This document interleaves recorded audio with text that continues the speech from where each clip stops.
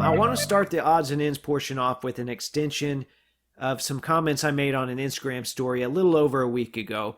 And honestly, some of this is stuff I've said before, but I think it bears repeating. So I was listening to an interview on Sports Card Therapist podcast recently.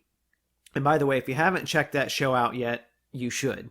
I think Rob does a wonderful job of developing content around his vocation and his hobby experiences, which of course are unique to him. So it's just an all-around good fit. I wish more people would do that. I like that style of content. But anyway, I was listening to one of his recent episodes where he interviewed someone that I think he said he owns a shop, he promotes shows, and he hosts breaks. So, this person was well-spoken, but he said something that I disagree with.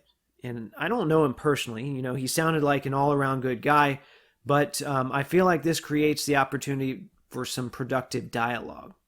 So the gist of what he said was that breakers are essential in this hobby to make sure products are getting ripped. And I know this guy, this guest on the show, wears different hobby hats, so that might be how he keeps things moving for his business. But I want to present another perspective here real quick because, ironically enough, there's a surplus of available group breakers, and it seems like a lot of products aren't being opened now. So let's go back. Before I even go into this, let's, once again revisit the basic premise behind group breaking. And that was to help people afford the few high-end products that were out of reach. This was a ways back. And even then, there were plenty of people that were able to afford personal breaks. It wasn't just group breakers that busted this stuff.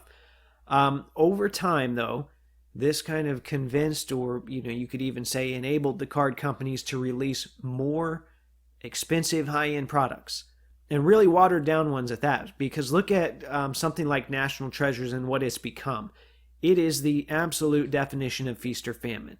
The feast, of course, being a few prestigious RPAs, and the famine being all the Vin Baker sticker autos that come out instead. And oftentimes they feature the same pictures year to year. But people could afford to take these hits for the time being because the buy-in was fractional, right? We're seeing, maybe we didn't call it that at the time, but that's what it was. We're seeing that phrase fractional being thrown around a lot. And prices kept creeping up. And then, that over time combined with some other factors like grading, which is a huge one, I know. But that got us to a point where people are clearing blasters off the shelves at Walmart and forcing people to buy into those fractionally because otherwise they're now priced out.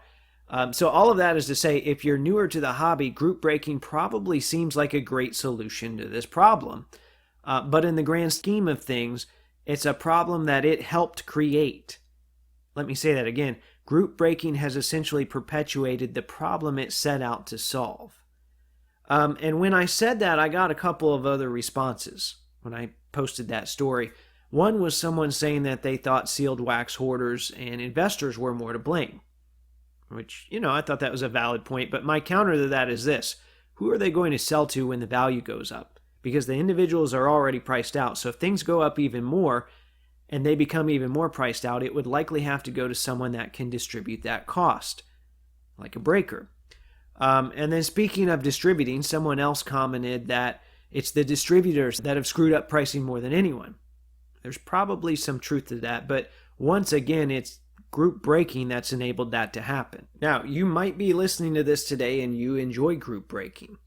Do I fault people for group breaking? No. It's your money, spend it how you want. And I've done some over the years as well. So I'm not saying necessarily that I'm anti-group breaking, but this is in response to somebody saying that, these breakers are an absolute necessity in the hobby. I don't think so. But yeah, at the end of the day, someone that's a group breaker themselves is probably going to say that.